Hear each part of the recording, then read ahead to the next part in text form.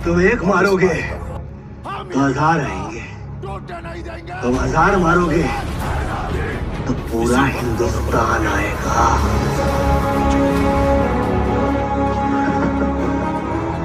कोई नहीं आएगा, तुम सब बुज़दिल हो। इतने बुज़दिल हो कि अगर 10-15 हजार हिंदुस्तानियों को मार दिया ना तो पूरा हिंदुस्तान हमारा प्रोजेक्ट है।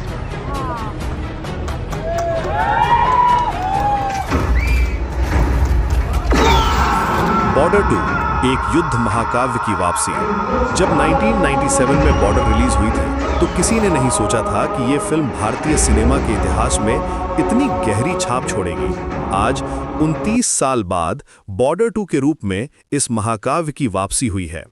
23 जनवरी 2026 को रिलीज हुई ये फिल्म न सिर्फ अपने पूर्ववर्ती की विरासत को आगे बढ़ाती है बल्कि एक नया अध्याय भी जोड़ती है। अनुराग सिंह के निर्देशन में बनी ये फिल्म 3 आवर्स और 20 मिनट्स की है। हाँ, आपने सही सुना, ये एक लंबी फिल्म है, लेकिन जब आप इसे देखते हैं तो समय कैसे बीत जाता है पता ही नहीं चलता। फिल्म का बजट 150 से 200 करोड़ रुपीस के बीच में है और हर पैसा स्क्रीन पर दिखता है। कहानी 1971 के भारत-पाकिस्तान युद्ध की पृष्ठभूमि में सेट है, लेकिन इस बार यह सिर्फ सेना की कहानी नहीं है। ये तीनों सेनाओं, थल सेना, वायुसेना और नौसेना की संयुक्त शक्ति की कहानी है। फिल्म 3 नए नजरिए से कहानी कहती है। वरुण धवन मेजर होशियार सिंह दहिया का किरदार निभाते हैं, जो 3 ग्रेनेडियर्स के एक बहादुर अफसर हैं। दिलजीत दोसांझ फ्लाइंग ऑफिसर निर्मल जीत सिंह सेखों बने हैं, जो नंबर 18 स्क्वाड्रन के पायलट हैं।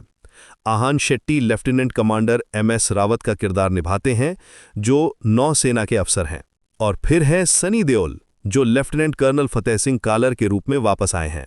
6th सिख रेजिमेंट के इस अफसर का किरदार फिल्म की रीढ़ है। सनी देओल का परफॉर्मेंस देखकर लगता है कि वे कभी गए ही नहीं थे।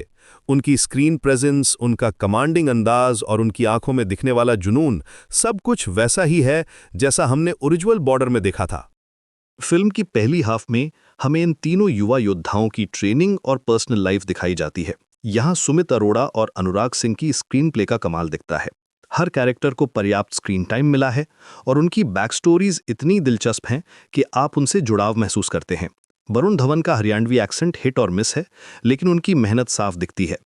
मेधा राणा के साथ उनकी केमिस्ट्री वंडरफुल है। वे धनवंती का किरदार निभाती हैं और उनके सीन्स में जेन्युइन इमोशनल वेट है।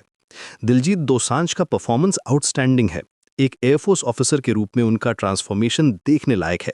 सोनम बाजवा उनके साथ सेकंड फीमेल लीड है और हालांकि उनके कैरेक्टर के डिटेल्स ज़्यादा रिवील नहीं किए गए हैं, लेकिन सोल्जर्स की पर्सनल लाइफ में उनका रोल इंपॉर्टेंट है। आहान शेट्टी की कास्टिंग में एक इंटरेस्टिंग कनेक्शन है। रिपोर्ट्स के अनुसार उनका कैरेक्टर सुनील शेट्टी के ओरिजिनल बॉर्डर के रोल से जुड़ा हुआ है। ये एक जनरेशनल लिंक है जो नैरेटिव में डेप्थ जोड़ता है। अंशुल चौबे की सिनेमाटोग्राफी फिल्म की सबसे बड़ी ताकत है, चाहे वो सीनिक लैंडस्केप्स की क्वाइट ब्यूटी हो या फिर टैंक्स और हैवी एम्युनिशन के साथ बैटल सीन्स की क्योस। हर फ्रेम परफेक्टली कैप्चर्ड है।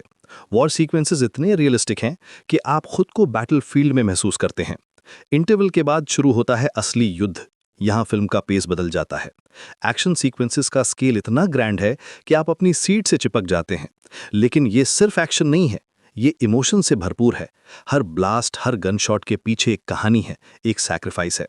म्यूजिक की बात करें तो बी प्राक और मिथुन जैसे कंपोजर्स ने कमाल का काम किया है। मिट्टी के बेटे गाना सोनू निगम की आवाज में 7 मिनट्स 28 सेकंड्स का है और ये प्योर गूसबम्स देता है। Total album length 50 minutes 53 seconds है। क्रिटिक्स की राय मिक्स्ड है।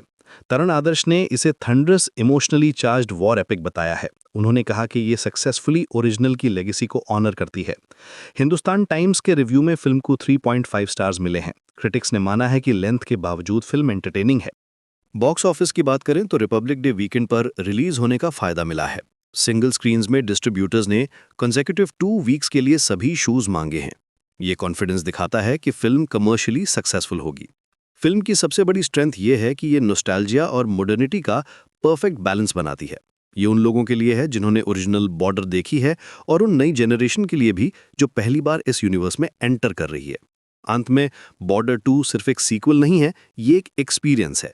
ये हमें याद दिलाती है कि हमारे सोल्जर्स कितनी बड़ी कीमत चुकाते हैं हमारी फ्रीडम के लिए।